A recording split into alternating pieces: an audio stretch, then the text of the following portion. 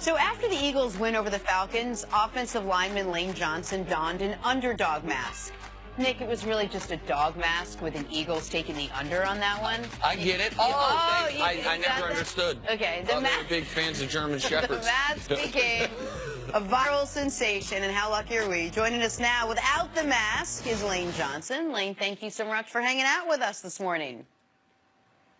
Good morning, guys. Thanks for having me. Lane, you guys have been underdogs in the eyes of Las Vegas each week so far in the playoffs. And I'm going to go out on a limb and say that so far it's actually been working for you. How much motivation has that given you guys? How much of an injection of confidence and motivation does that give you? I think it gives us a lot. I think the main thing that I wanted to do with it is create energy. I think when you create energy amongst your football team, that it makes them play better. And, that's been my whole goal from the start. In creating energy, rumor has it that yourself and Chris Long potentially came up with the concept of the underdog mask. And also, is that true? And there's been some good things as far as the proceeds that you have made sure happen that have been able to help out a lot of young people in Philadelphia. Can you explain that to the fans? Yeah, so basically, I think it was before practice, we were having lunch, and Chris came up to me. You know, he's a pretty colorful character, and he said, since we're underdogs all the time, why don't we just go buy some underdog mask? And, I'm not sure what that looks like, so I went to Amazon and saw a German Shepherd mask and thought, hey, that looks pretty good, so I bought it. And right before the game, I gave it to Jason Peters before the Falcons game, and if we'd lost, that mask would have been in the trash somewhere, but fortunately we won and we broke it out, and it's been here ever since. And as far as funding the schools, I've been here for 5 years, and just going around the schools that we have in Philly, a lot of those schools are underfunded, and it's really a shame. And it's really cool. I saw after a tweet Chris Long sent that the NFL, which is selling similar apparel now, they're going to donate the proceeds as well. It's a really cool thing you guys have done.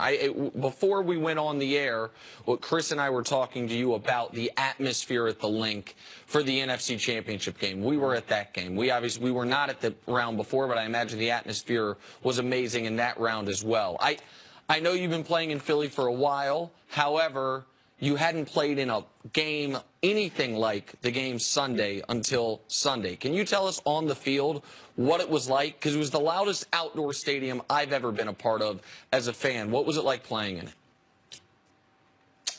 It was crazy. And I think, whenever they went and scored, it kind of, things got a little bit iffy. But once Pete Robb got the interception, that's when the whole building just clicked. And it was pretty much gone since then. And, the battle's won in the trenches. They can talk about quarterbacks all day, but it's really about, I think, stopping the run and running the football. And that's what wins games. Lane, it's not only the last couple weeks, but earlier in the season, you guys sustained some injuries. Your boy, Jason Peters, he was out for the season. You've taken a leadership role with this team. You made comments about dethroning the pretty boy, Tom Brady. And did you expect these comments to get as much of attention that they've gotten? I think it needs to. I mean, obviously he's the greatest quarterback of all time. I don't want to go to the Super Bowl and be, hey, thanks, Tom. Thanks for having us. We wish you the best. Let's be in your good graces. And obviously they're going to talk about him the whole week until they somehow get arthritis in their tongue. I don't know how that's going to be possible, but it'll happen. So from that standpoint, I'm going in confident. I want our team to be confident, and we're not just going there to celebrate. We're going there to win. Very nice. And the pretty boy comments obviously stuck with me as well. I mean, you're both equally good looking, so I just wanted to make sure, Lane, that we got that. I got this on. I don't have hair like him. No, it's okay. That's okay. I'm sure you had kale for breakfast, though. You slept in interesting pajamas, so you guys are basically identical twins. That's awesome. Hey, let's talk about your quarterback, Nick Foles. Let's talk about your quarterback, Nick Foles, for a second. It's been an interesting couple of weeks for him. He obviously struggled a little bit getting his footing in the end of the regular season and the first couple games of the playoffs. He looked lights out last week. The question now is which Nick Foles is going to show up. But forget about that. Tell us what's going through his head right now, coming off that win, and where he is emotionally preparing for this game. I think he's excited. I think it's, around 7:30. He should be getting breakfast like a lot of the normal players here. But I mean, yeah, he's excited. He's very grounded. I think he used a lot of the doubt as motivation in the game. He was confident. He was poised.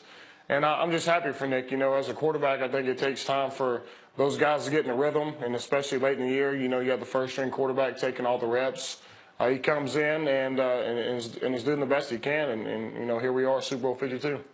All right, Lane, you joined us earlier in the year, and I admitted to you I was skeptical of the Eagles as a Super Bowl contender, and you said you were going to prove us wrong. That's an understatement, Lane. I was fair then. I want to be fair now. Give him a chance here. You didn't join us. You hadn't joined us since Carson got hurt. When Carson got hurt, whatever hope I harbored for the Eagles, I threw out. I said, you can't lose the MVP of the league and still be okay.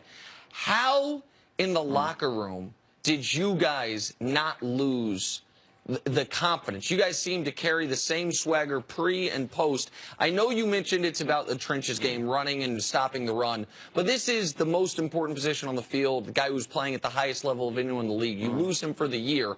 How were you guys able to maintain confidence? What part did Doug Peterson play into that? Just walk me through that.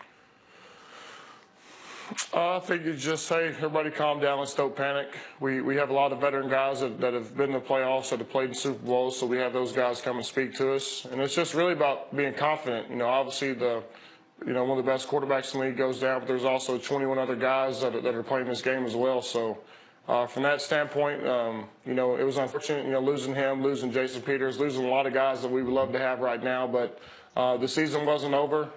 You know, I think the front office did a very good job of establishing depth, which a lot of teams don't have, and you know, really just got the ball rolling. But I think it's really about just creating energy, staying positive, and staying on track.